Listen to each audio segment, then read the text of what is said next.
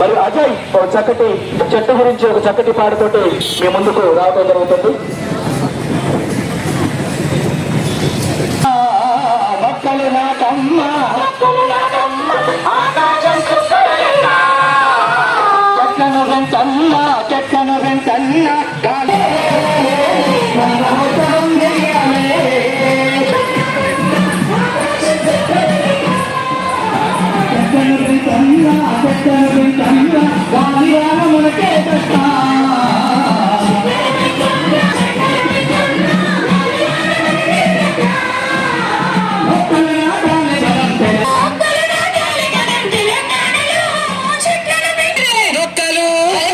మొక్కలు నాటాలి మనం తెలంగాణలో, చెట్లను పెంచాలి మనం తెలంగాణలో.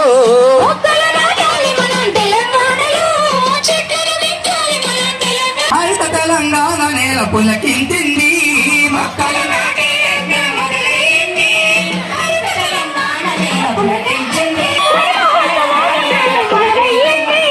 హరిత తెలంగాణ నేల పులకించింది, హరిత తెలంగాణ నేల తెలంగాణ నేల పులకించింది.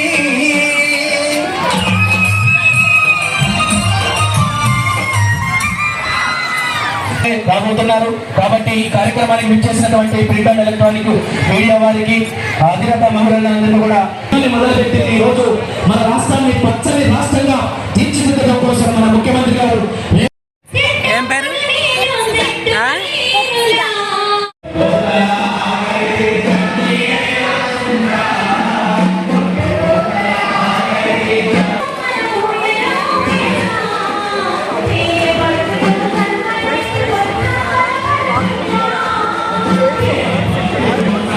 చెప్పండి, ఇప్పుడు చెప్పండి, ఇప్పుడు చెప్పండి.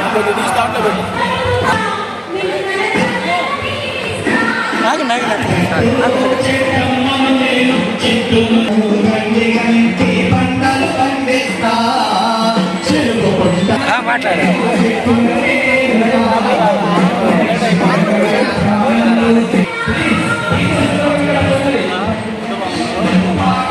Very good, okay, thank you. మరి ముత్యాల ముగ్గులు వేసే ఓ ఒక్కలు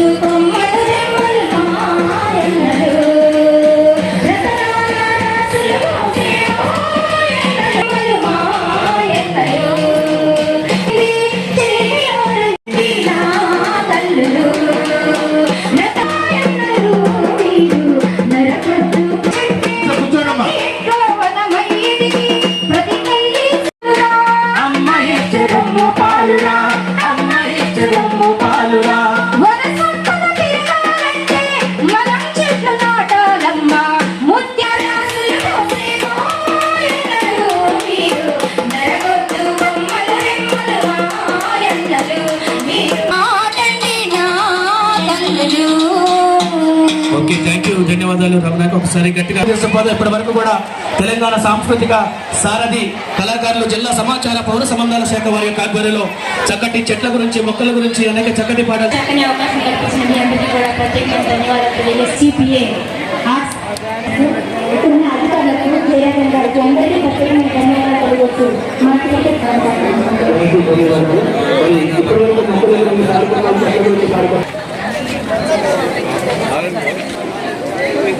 మా రెడ్డి గారికి నమస్తే. నమస్తే. బాగేనా? బాగేనా? బాగుందిగా.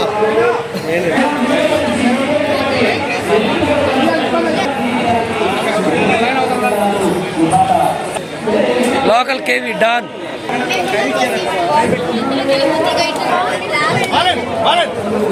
పెట్టేయండి. మేము పక్కన ఉంటాం.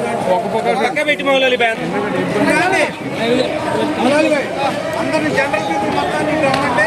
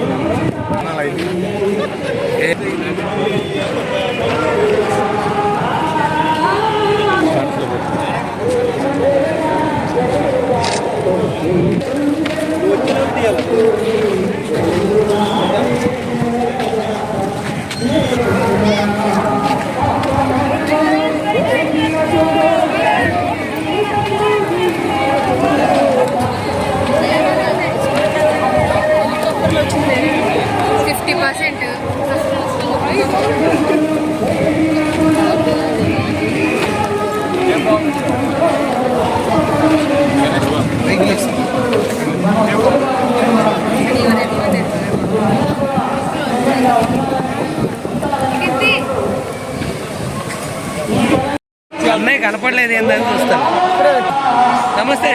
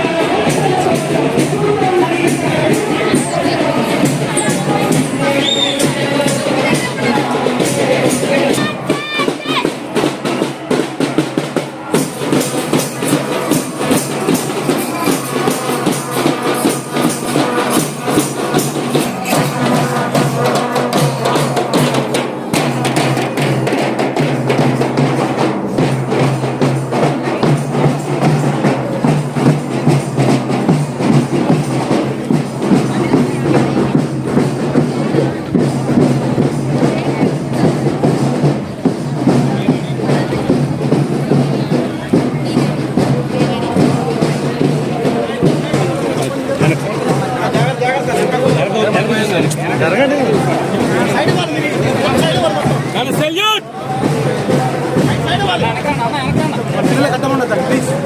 పిల్లల కట్టముండదండి.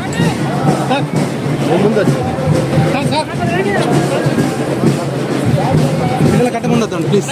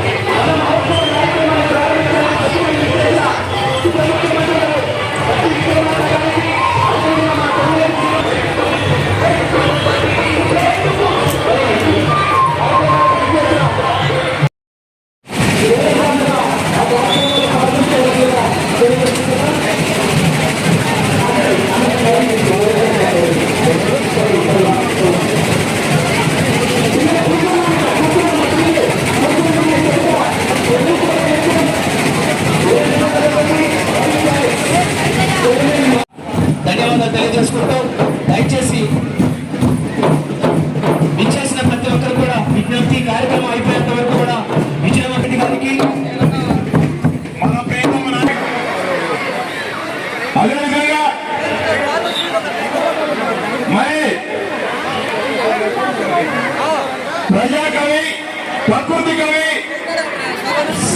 ఉత్తర గీతాల రచయిత మన జయరామ్ గారిని కూడా వేదిక మీద కోరుతున్నాం. అదేవిధంగా ఈరోజు ఇంత పెద్ద ఎత్తున కార్యక్రమం నిర్వహిస్తున్నటువంటి డాక్టర్ దయానంద్ గారు, వారు ఆశా స్వచ్ఛంద సేవా సంస్థ గత కొన్ని సంవత్సరాలు నిర్వహిస్తున్నారు. వారి పాప ఆశా పేరు మీద మరి వారు పేరు మీద నిర్వహించడం జరిగింది. ముఖ్యంగా ఇది చాలా ఒక కీలకమైన అది కార్యక్రమం ఉంది, చాలా ముఖ్యమైన కార్యక్రమం ఉంది. మన అందరూ కూడా గమనించుకోవాలా. ఎందుకంటే ఈ పర్యావరణం అనేది పరిరక్షించే బాధ్యత ప్రతి ఒక్కరి మీద ఉంది, మనం అందరి మీద కూడా ఉంది. ప్రభుత్వ పరంగా ప్రభుత్వం మీద ఉంటుంది, అదేవిధంగా ప్రజల మీద కూడా అంతే బాధ్యత ఉంటుంది. అందుకని అందరూ కూడా కలుసుకొని ఈ కార్యక్రమాన్ని చాలా విజయవంతం చేయాల్సిన అవసరం ఉంది. ఈ సంవత్సరం కార్యక్రమానికి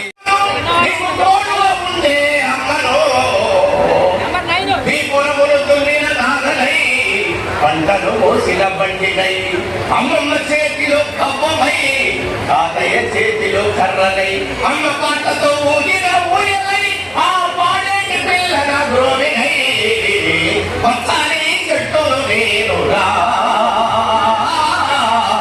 పాలుగారి మనసు నాదిరా, నింగి మొక్కుల్ని వారగా మలిసినవు, చేరు చెలకల్లి నీళ్లతో నడిపినం, చెడ్డ గాలి నుంచి మంచి విడిసినవు, మీకు ప్రాణవాయువుల్ని పోసినం, మీరు కలివెన్ను చేసిన పూలం, మీ కడుప కలిగించే పండులో, అలసిపోతే నేలనిచ్చినం, చల్లగాలిలో ఒళ్ళంత తడిపినం, ఎగిరి పక్షుల్ని ముద్దాడి పెంచినం, వేడి పిల్లల్ని ఒళ్ళోన దాచినం, అడవికొచ్చిన మురడను సాధినం, భోజి వృక్షమై పొద్దుల్ని చేసినం, పచ్చాని రద్దు చేస్తే క్రమంగా పుడమి తల్లి పరవశించిపోతుంది, పచ్చదనంతో నిండిపోతుంది, మనం అడిగిన వరాలన్నీ ఇస్తుంది. ఇవన్నీ చేయాలంటే మనం ప్రకృతిని మరి ప్రేమించాలి, ప్రకృతిలో భాగం అవ్వాలి. అలాగే వనాలను మనం ఇంతకుముందు ఎలా ఉన్నాయో అలా పెంచుకోవాలి, ఉన్న వనాలను కాపాడుకోవాలి, ఇంకా ఇక ముందు వనాలను పెంచాలి. దీనివల్ల మనకి ఇప్పుడు మనమందరము ఇబ్బందులు పడుతున్నాం. కోతులు ఊళ్ళలోకి వచ్చేస్తున్నాయి, మన ఇళ్ళని అన్ని ధ్వంసం చేస్తున్నాయి, మనం మొక్కలు పెంచుకుంటే తినేస్తున్నాయని బాధపడుతున్నాం. ఎందుకు? అడవులను నరికివేయడం వల్ల. కనుక అడవులను పెంచుకునే బాధ్యత కూడా మనది. మేము ఈ విషయంలో భాగంగా గత 10-15 సంవత్సరాల నుంచి మొక్కలు నాటే కార్యక్రమం మేము మొదలుపెట్టాము. మా ఆశా స్వచ్ఛంద సేవా సంస్థ ద్వారా నీలాగిరిలో కానీ అనేక స్కూల్స్లో, కాలేజెస్లో కూడా చాలా మొక్కలు నాటి వాటిని పెంచడం జరుగుతుంది. ఇప్పుడు అధికార లాంఛనాలతో రాష్ట్ర ప్రభుత్వం తరఫున ఈ ప్రోగ్రాం భారీ ఎత్తున చేయడం జరుగుతుంది. దీనికి సహకారం అందించినందుకు మీ అందరికీ కూడా పేరు పేరున శిరస్సు నుంచి నమస్కారాలు తెలియజేసుకుంటున్నాను. మనం ఆంధ్రాలో ఎలాగైతే కోనసీమ పచ్చదనానికి ప్రాముఖ్యత, అలాగే తెలంగాణలో మన ఖమ్మం జిల్లా కూడా తెలంగాణ కోనసీమగా పేరుగాంచాలని మీ అందరి సహకారం ఉండాలని కోరుకుంటూ ఈ అవకాశం ఇచ్చినందుకు మరి ఒకసారి అందరికీ కృతజ్ఞతలు. మరి ముఖ్యంగా శ్రీరంగకి, సురేఖకి మరి ఒకసారి వేరే వందనాలు తెలియజేస్తున్నాను. ధన్యవాదాలు. మరి ఇప్పుడు కార్యక్రమంలో గొప్పగా పాల్గొని ఈ కార్యక్రమం సక్సెస్ చేయాలని కోరుకుంటూ ఈ అవకాశం ఇచ్చిన వాళ్ళకి ధన్యవాదాలు. Thank you. ధన్యవాదాలు సార్. మరి ఇప్పుడు ఈ సభ నిర్వాహకులు తెలంగాణ రాష్ట్రంలోనే ఖమ్మం జిల్లాలో సత్తెపల్లిలో మొట్టమొదటిగా ఈ వనమోత్సవ కార్యక్రమం చేయాలనే ఒక దృఢ సంకల్పంతో ఇక్కడ చేయడం జరిగింది. దానికి వచ్చిన పెద్దలందరూ కూడా మరొకసారి విజయపరుస్తారు. ముఖ్యంగా దీని ఉద్దేశం ఈరోజు ఇది మన సింగరేణి ప్రాంతం. ఒకప్పుడు సత్తపల్లి మొత్తం కూడా అడవులతో కలకలాడి ఈ ప్రాంతం ఈ రోజు సింగరేణి గనులతో, వాయు కాలుష్యంతో చాలా ఇబ్బంది పడే పరిస్థితులు ఉన్నాయి. దాన్ని దృష్టిలో ఉంచుకొని ఇక్కడే మనం పుట్టాం, ఇక్కడే మనం పెరిగాం, మనం చేసే పని తరతరాలుగా ఉండాలనే ఒక సదుద్దేశంతో ఈ రోజు 75 సంవత్సరాల క్రితం మన కాంగ్రెస్ ప్రభుత్వం ప్రవేశపెట్టినటువంటి ఈ కార్యక్రమాన్ని మన ముఖ్యమంత్రి రేవంత్ రెడ్డి గారు మన వరంగల్లో ప్రారంభించి ఈ రోజు సత్తెపల్లిలో దీన్ని పునాది వేయడం జరిగింది. ముఖ్యంగా సింగరేణి కాలుష్యం గురించి మనందరికీ తెలిసిందే. ఈ రోజు ఎంత అవస్థ పడుతున్నామో చెట్లు లేకపోవడం వల్ల సరిగ్గా కురవట్లేదు, ఆక్సిజన్ సరిగ్గా అందరి పరిస్థితి, ఎండల తీవ్రత ఎక్కువ ఉన్నది. దాన్ని దృష్టిలో ఉంచుకొని ఇక్కడ ఈ సత్తెపల్లి ప్రాంతంలో మన మంత్రులు తెలియాల్సిన చిన్న విషయం సార్. లాస్ట్ 5 సంవత్సరాలలో సత్తెపల్లిలో 2,50,000 మొక్కలు నాటారని చెప్పారు ఇక్కడ. కానీ ఒక్క మొక్క కూడా ఇక్కడ సత్తెపల్లిలో లేదు. అది కాగితాలు మాత్రమే పరిమితం అని చెప్పి మీరు తెలియజేస్తున్నాం సార్. అలా కాకుండా ఈ రోజు మనం ఈ వనమహోత్సవాన్ని ఒక ఛాలెంజ్ గా తీసుకొని ధైర్యంగా తీసుకొని రాబోయే కాలంలో మన తరం పైన సరే రాబోయే తరాలకి ఇది గుర్తుండే విధంగా సత్తెపల్లి ప్రాంతంలో ప్రతి సంవత్సరం కూడా సత్తెపల్లిలో 20 నుంచి 50 మొక్కలు నాటాలని మనం నిర్ణయించుకున్నాం. దానికి సింగరేణి వారు, ఫారెస్ట్ వారు, అలాగే మన నగర పంచాయతీ వారి సహకారంతో ఒక్క చెట్లు నాటమే కాకుండా వాళ్ళ టీకాస్ ఏర్పాటు చేసి వాటి పోషణ కూడా సింగరేణి సంస్థ చేపట్టాలని చెప్పి వాళ్ళు కోరడం జరిగింది. వాళ్ళు కూడా మనకు హామీ ఇచ్చారు. ప్రతి స్టూడెంట్ కూడా ఈ కార్యక్రమంలో మేము పాల్గొనడం ముఖ్య ఉద్దేశం, మీరు ఏదైతే మొక్క నాటుతారో మీ ఇళ్లలో అది మనతో పాటు ఆ మొక్క కూడా పెరిగి ఆ పెరిగే ఆనందం ఎలా ఉంటుందంటే మీరు ఒక్కసారి మొక్క వేసి చూడండి, దాన్ని పెంచండి, మనకు అనుభూతి వస్తుంది. మాది ఒక్కటే ఉద్దేశం, ఇక్కడ సత్తెపల్లి ప్రాంతాన్ని ఈ పొల్యూషన్ నుంచి ఈ ఎండ నుంచి కాపాడాలంటే ఒకే ఒక మార్గం. మన రోడ్లు వేసినా సరిపోదు, ఫ్యాక్టరీలు పెట్టినా సరిపోదు, అభివృద్ధి కాదు, మన చెట్లు నాటమే ఏకైక మన. ఎందుకంటే ఆరోగ్యం కాపాడుకోవాలంటే చెట్లు ఖచ్చితంగా నాటాలి. ఆరోగ్యం తర్వాతే మనం ఏదైనా సరే. ఈ రోజు ఇంత మంచి కార్యక్రమానికి ఇచ్చేసినటువంటి ప్రేస్ యాజమాన్యాలకి, అలాగే ఇంటర్మీడియట్ కాలేజెస్ కి, డిగ్రీ కాలేజెస్ కి వచ్చిన నాయకులకి మరొక్కసారి ఈ కార్యక్రమంలో పాల్గొన్నటువంటి అధికారులకి ఈ కార్యక్రమానికి మన తుమ్మలేశ్వరరావు కూడా వచ్చే పరిస్థితి ఉంది. కాబట్టి మినిస్టర్ గారు, మన ముఖ్యమంత్రి గారితో మీటింగ్ వల్ల రాకపోయారు, వాళ్ళు కూడా ఆహ్వానించాం. కాబట్టి ప్రతి ఒక్కరు కూడా చెట్టు నాటడం మన బాధ్యతగా గుర్తించి అందరూ కూడా చెట్టు నాటే కార్యక్రమంలో పాల్గొనాలని చెప్పి మనస్ఫూర్తిగా కోరుతున్నాను. Thank you very much.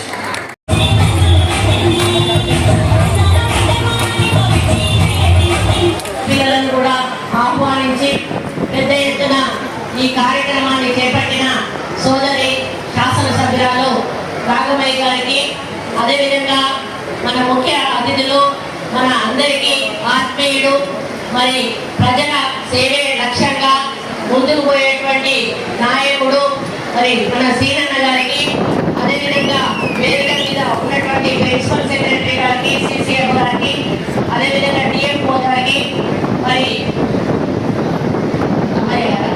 Dayanand గారికి, ఇంకా వేదిక మీద ఉన్నటువంటి ప్రజా ప్రతినిధులకు, ఈ కార్యక్రమాల్లో పాల్పంచుకోవడానికి వచ్చినటువంటి మరి అన్ని డిపార్ట్మెంట్స్ అధికారులకు, ఫారెస్ట్ డిపార్ట్మెంట్ కు ప్రత్యేకంగా, అదేవిధంగా ముఖ్య నాయకులకు, కార్యకర్తలకు, అభిమానులకు మరి అందరికీ కూడా ప్రోత్సహిస్తూ వాటి ప్రాముఖ్యత తెలుపుతూ మరి ఈసారి కూడా అధికారికంగా చేయించడం నిజంగా వారిని అభినందిస్తా ఉన్నాను.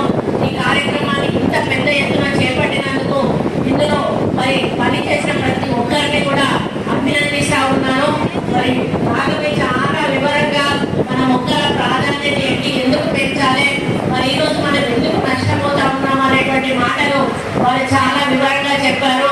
మరి డాక్టర్ వాళ్ళ హస్బెండ్ కూడా చాలా వివరంగా వాళ్ళ లక్ష్యం ఒక్కటే, మనం మొక్కలు పెంచాలి, మనం ఆరోగ్యంగా ఉండాలి, మన సమాజం ఆరోగ్యంగా ఉండాలి అనేటువంటి మాట నిజమైన మాట.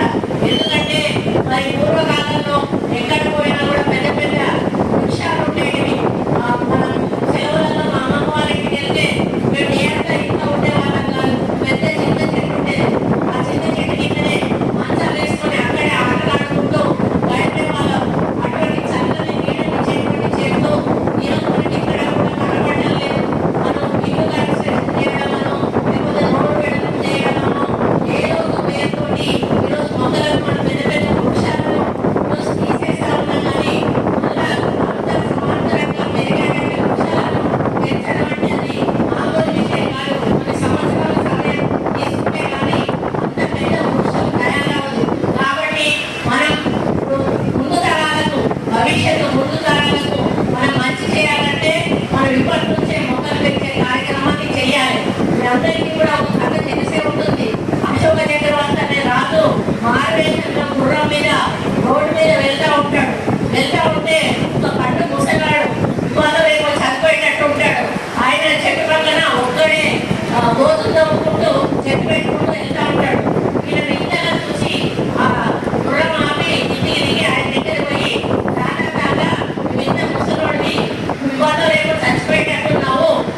నీకు ఎంత ఆశతో మొక్కలు పెడుతున్నావు.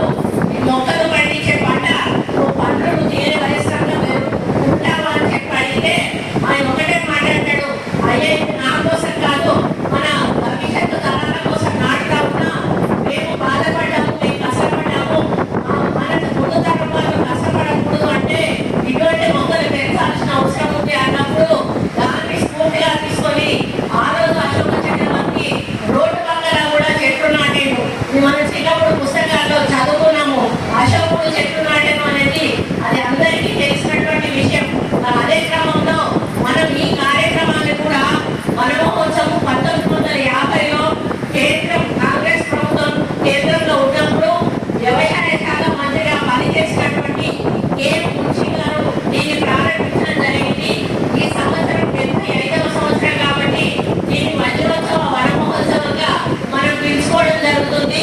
మరి అప్పటి నుంచి ప్రతి జూలై మొదటి వారంలో మొక్కలు నాటేటువంటి కార్యక్రమాన్ని మనం తీసుకొని ఇప్పుడు మన ప్రిన్సిపల్ సెక్రటరీ గారు చెప్పినట్టుగా స్టేట్ టీమ్ టార్గెట్ పెట్టుకొని డిపార్ట్మెంట్స్ టార్గెట్ పెట్టి మరి అదేవిధంగా జిల్లాలలో ఉన్నటువంటి జిల్లాకు టార్గెట్ పెట్టి మనం పెద్ద ఎత్తున మొక్కలు పెంచేటువంటి కార్యక్రమాన్ని చేస్తా ఉన్నాము. అదే పద్ధతిలో ఇళ్లలో కూడా ఈ అడవిల మొక్కలు తప్పకుండా మరి ఫారెస్ట్ డిపార్ట్మెంట్ నుంచి అందించడం జరుగుతుంది. కాబట్టి మీరు కూడా మీ ఇళ్లలో కూడా మొక్కలు నాటుకోవాల్సిన బాధ్యత మీ అందరికీ కూడా ఉందని చెప్పి తెలియజేస్తా ఉన్నాను. నేనైతే చాలా పల్లెటూరు వాతావరణంలో పెరిగిందాన్ని, ప్రతి ఎండాకాలంలో కూడా పల్లెటూరులోనే ఉండేదాన్ని. ప్రతి పల్లెటూరులో కూడా ప్రతి ఇంటి ముందట కూడా ఒక చిన్న పందిరి ఉండేది. ఆ పందిరికి ఒక మల్లె చెట్టు, లేకపోతే ఒక బఠానీ చెట్టు, ఒక జాతి పూల చెట్టు, ఇట్లాంటి చెట్లన్నీ కూడా ఉండేవి. ఇప్పుడు కనీసం ఎక్కడైనా చూద్దామంటే ఇక్కడ కూడా ఇంటి ముందర పందిరి ఉండదు, ఇంటి ముందర వాకిలి ఉండదు, నీళ్ళు తాగడం ఉండదు, ముగ్గు పెట్టడం ఉండదు. అంతా కూడా పల్లెటూరు వాతావరణం అంతా కూడా పట్టణ వాతావరణంగా మారి బండలు వేసుకొని ముగ్గులు వేసి పెయింటింగ్ ముగ్గులు వేసేసి బండల మీద నీళ్లు కొట్టేసి పనులు చేసుకునేటువంటి పరిస్థితి. అప్పుడు నాయకురాలు, స్థానిక శాసనసభ్యురాలు సోదరిమణి రాగమయ్య దయానంద్ గారికి, సహచర మంత్రివర్యురాలు, మనందరికీ అక్క, తెలంగాణ రాష్ట్రంలోనే కాదు తెలుగు రాష్ట్రాల్లో సురేఖంగా తెలియని వాళ్ళు ఉండరు. ఈ కార్యక్రమానికి ఆహ్వానించడంతోనే అంగీకరించి వచ్చినందుకు సురేఖక్క గారికి, వేదిక మీద ఉన్న environmental and forest principal secretary గారు నదీం అహ్మద్ గారికి, సిసిఎం గారికి, డిఎఫ్ఓ గారికి, అదే రకంగా జయరాజ్ గారికి, జాయింట్ కలెక్టర్ గారికి, మున్సిపల్ కమిషనర్ గారికి, ఇంకా సిసిఎం గారు చెప్పారు. వేదిక మీద చాలా మంది ప్రజాప్రతినిధులు ఉన్నారు, పూర్వ ప్రముఖులు ఉన్నారు.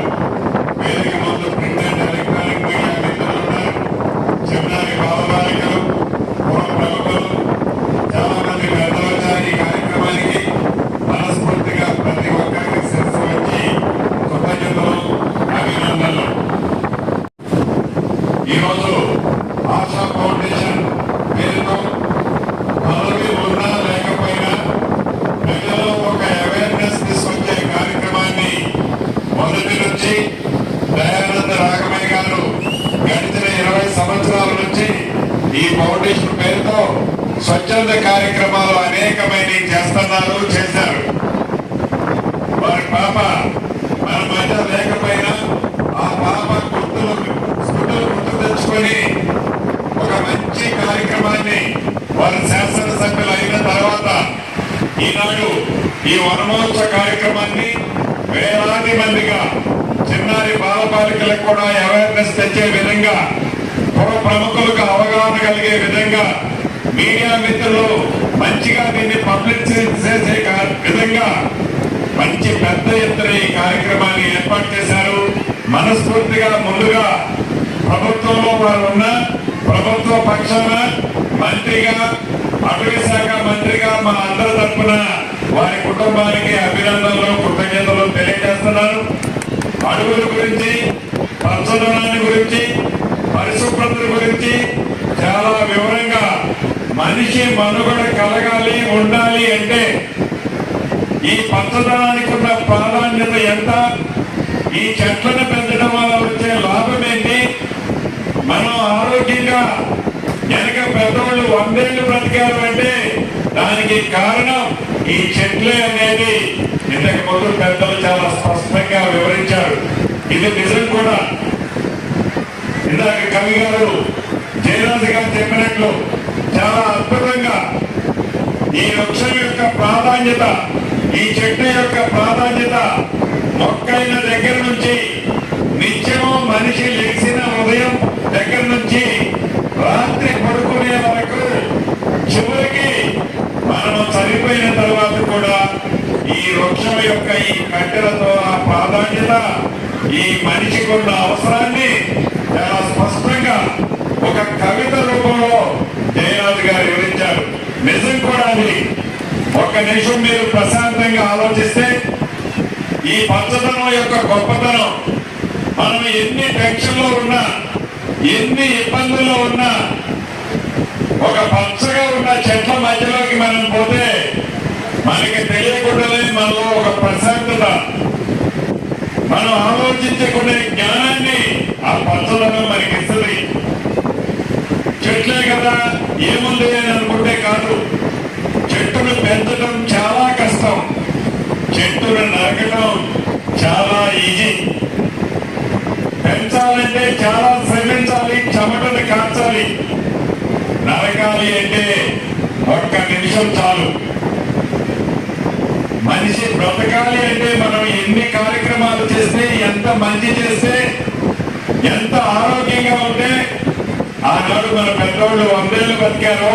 కనీసం ఈనాడు మనం 80 ఏళ్ళు బతకాలని తాపత్రయపడుతున్నాము. ఆ పచ్చడి చెట్లు పెంచితే తప్ప అది సాధ్యం కాదు అని అవేర్నెస్ కోసం చిన్నపిల్లల దగ్గర నుంచి పీజీ చదివే వరకు స్టూడెంట్లను ఈరోజు డాక్టర్ గారు ఆహ్వానించి వారిలో అవేర్నెస్ పెంచడం కోసం ప్రముఖులందరికీ కూడా తెలుసు ఈ చెట్ల యొక్క ప్రాధాన్యత. అది వారి మనసులోనే ఉంచుకోకుండా మీరు ఇంకొక 10 మందికి చెప్పి, వారు ఒక 10 మందికి చెప్పి, ఒకే మనిషి ఒక 100 మొక్కలు పెంచక్కర్లా.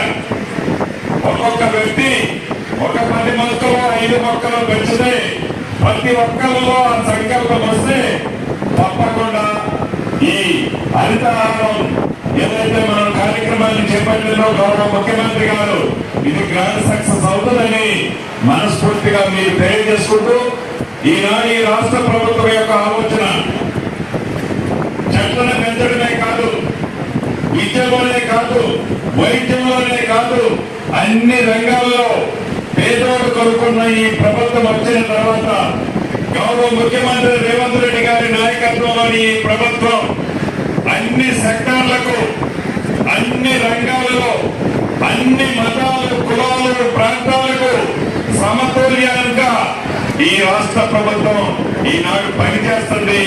దానికి మీ అందరి సహాయ సహకారాలు ఉన్నాయి. భవిష్యత్తులో కూడా ఇలానే ఉండాలి అని మనస్ఫూర్తిగా కోరుకుంటూ మరొకసారి ఆశా ఫౌండేషన్ ప్రతినిధులందరినీ అభినందిస్తూ సెలవు తీసుకుంటున్నాను.